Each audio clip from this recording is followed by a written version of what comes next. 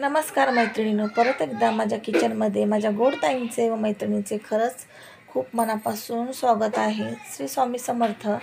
आणि चला तर चमचमीत असा मस्त असा आपल्याला आता पाव बनवायचा आहे. रेसिपी आहे मसाले पाव.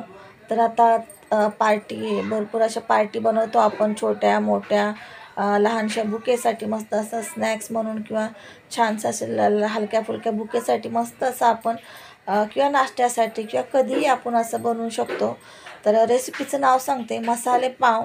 तर कमीत कमी साहित्यामध्ये हा मसाले पाव मी तुम्हाला आज बनवून दाखवणार आहे. हा एकदम मस्त असा झाला होता, एवढी टेस्ट जबरदस्त झाली होती ना. तर तुम्ही एकदा करताना तर तुम्ही दरवेळेस हाच मसाले पाव बनवून खाता.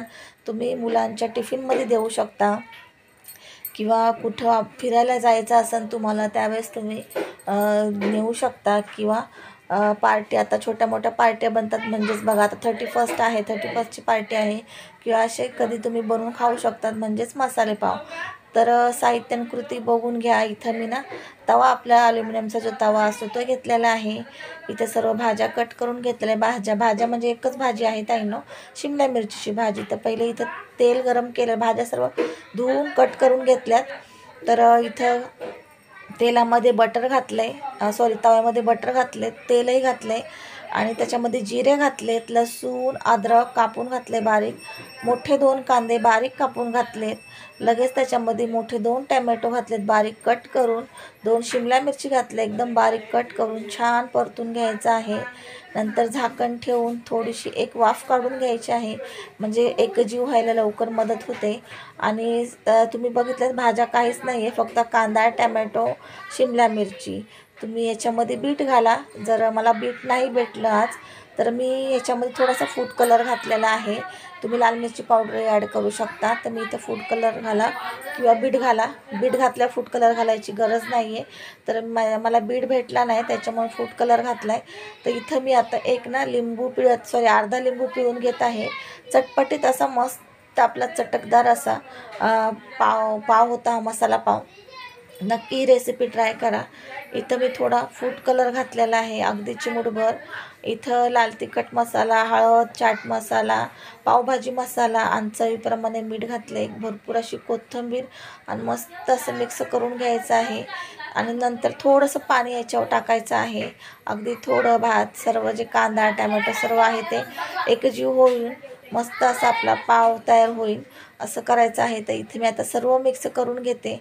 चाट मसाला पण घालायचा बरं का, आणि पावभाजी मसाला तर नक्कीच घाला, कारण मेन चव याच्यामध्ये ना पावभाजी मसाल्यानेच येते. तर ते 1 पॅकेट पूर्ण घातलं होतं बघा, एवढं सर्व साहित्यासाठी ना 1 पॅकेट पूर्ण 5 वाला ते घातलेलं मी. आणि चाट मसाला अगदी थोडा घाला, अर्धा चम्मच. आणि इथं मी थोडंसं पाणी घालून एक वाफ काढून घेतली.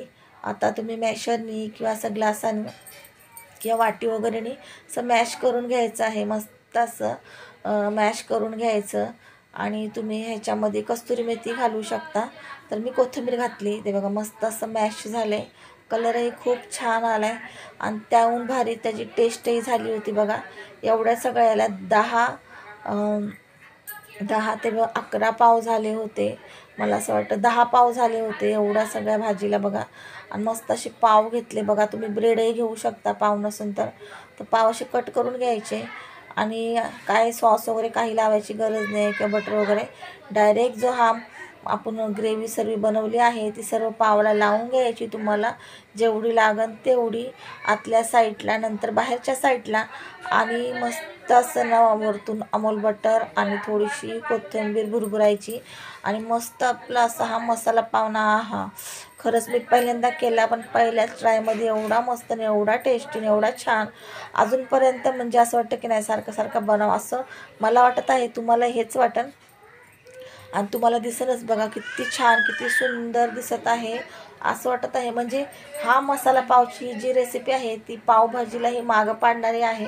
पावभाजी तर आपण दरवेळेसच खातो, पण हा मसाला पाव असा ना चटपटीत असा. आणि थोडंसं अजून तुम्हाला ह्याला चटकदार बनवायचं असेल किंवा अजून थोडंसं छान बनवायचं असेल तर तुम्ही वरतून ह्याच्यामध्ये ना शेवही टाकू शकता. बारीक शेव जी असते ती किंवा शेंगदाणे वगैरे भाजून टाकू शकता मस्त अशा मसाल्यामध्येच. मग आपलं ती वेगळी रेसिपी होईल, म्हणजे दाबेली होईल आपली ती. पण हा असा मसाले पाव आहा एकदम मस्त.